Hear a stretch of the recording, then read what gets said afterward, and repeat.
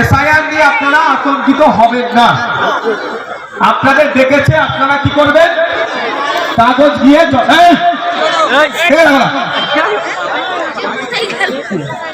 আপনাদের ডেকেছে, আপনারা কাগজ নিয়ে হাজির হবেন, ঠিক আছে? আপনাদের একটা কথা বলবো, আমারও ভয় ফিরে এসছে। কি হয়েছে? আমারও ভয় ফিরে এসছে মা, ভয় খেও না। কি হয়েছে? আমার নামের নাকি একটা, আমার আব্বার নামের মোহাম্মদ ছিল না, এখন মোহাম্মদ বসেছে, নতুন করে কাগজ ছিল। তো কি হয়েছে তবু? তো আপনারও ফিরে এসছে, তো ভয়ের কি আছে? এই কেউ কি বাংলাদেশ থেকে এসেছিল আপনারা? এই কেউ আফগানিস্তান থেকে এসেছো? তাহলে ভয় পাচ্ছ না? খামাখাই ভয় দেখানো হচ্ছে। যাবেন, কাগজ জমা করবেন, রিসিভ রেখে দেবেন। তারপরেও যদি আপনার ফাইনাল লিস্টে না নাম আসে, ভয় পাবেন না। নেতাজি রবীন্দ্র অঞ্চলের নেতৃত্ব এখানে আছে নাকি? সর্বোপরি আমাদের বৈরাগী বাবু আছে, সামনে আছে, আজকে ফাঁসিয়ে দিয়ে যায় ওনাকে। এই বৈরাগী বাবু আছে তো, যদি কারো নাম কাটা যায়, এই ফাইনাল লিস্টে আসেনি, বৈরাগী বাবু সাথে আপনারা যোগাযোগ করবেন। হ্যাঁ, তাও বলে যাচ্ছে। তাছাড়া অঞ্চল নেতৃত্বরা আছে তো নাকি? ওটা একবার দাঁড়াও তো, অঞ্চল নেতৃত্বরা সামনের দিকে আসো, একটু ভয় কাটিয়ে দিচ্ছি। জগন্নাথ বাবু উঠে দাঁড়ান তো আপনি।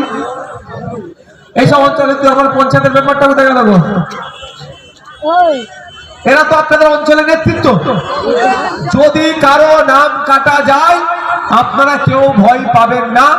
খসড়া লিস্ট তৈরি হয়েছে, 58 লক্ষ নাম বাদ গেছে। আপনার নাম বাদ গেছে, আপনার বুথের কারো নাম বাদ গেছে, বৈধ ভোটার, তাহলে আপনি ভয় পাবেন না।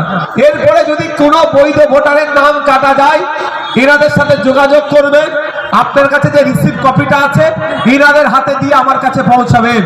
আপনাদের বড় ভাইজান আমাকে বলেছে, নিশ্চিন্তে থাকুন, পশ্চিম বাংলার কোনো বৈধ ভোটারের নাম যদি কাটা যায়, তার পাশে কেউ থাকুক আর নাই থাকুক, খাম চিহ্ন থাকবে, নওশাদ সিদ্দিকী থাকবে, বৈরাগী বাবুরা থাকবে, মালিক মোল্লারা থাকবে। আপনারা ভয় খাবেন না। আপনাদের বলে যায়, একজন মতুয়া, দলিত, আদিবাসী, হিন্দু, পিছিয়ে বর্গের কেউ হোক আর মুসলমান, কারো যদি নাম কাটা যায়, আপনারা ভয় পাবেন না। আপনাদের নাম ফিরিয়ে নিয়ে আসার জন্য সরকার আপনার পাশে থাকুক আর নাই থাকুক, ওই আপনার বাপি হালদাররা থাকুক আর নাই থাকুক, নওশাদ সিদ্দিকী থাকবে, খাম চিহ্ন থাকবে। আপনাদের জন্য সুপ্রিম কোর্টে আমি মামলা করতে যাব। আপনাদের একটা পয়সা খরচ করতে লাগবে না। কারণ ভয়ের কিছু কারণ আছে? আর কেউ ভয় পাবে? এটা ভরসা করেন তো, ভাইজান যেটা বলে তার বাইরে কাজ করবে না, যেটা ওয়াদা করে সেটাই করবে, এটা ভরসা আছে তো? তাহলে আপনারা নিশ্চিন্তে থাকুন। দেখেছে, কাগজে জমা দিয়ে দিন। কি কাজ হবে আপনাদের? যে কাগজ চেয়েছে, গিয়ে আপনি সাবমিট করে দিন। বাকিটা আমরা বুঝে নেব, মাঠে ময়দানে বুঝবো, আইন সবাই বুঝবো। মমতা দিদির মতো দিল্লিতে গিয়ে দিল্লিগামী ফ্লাইট ধরে বিজেপির সাথে সেটিং করবো না, বরঞ্চ দিল্লিগামী ফ্লাইট ধরে মোদি মমতার সেটিং ভাঙবো, আইনের মাধ্যমে বুঝে নেবো আমরা।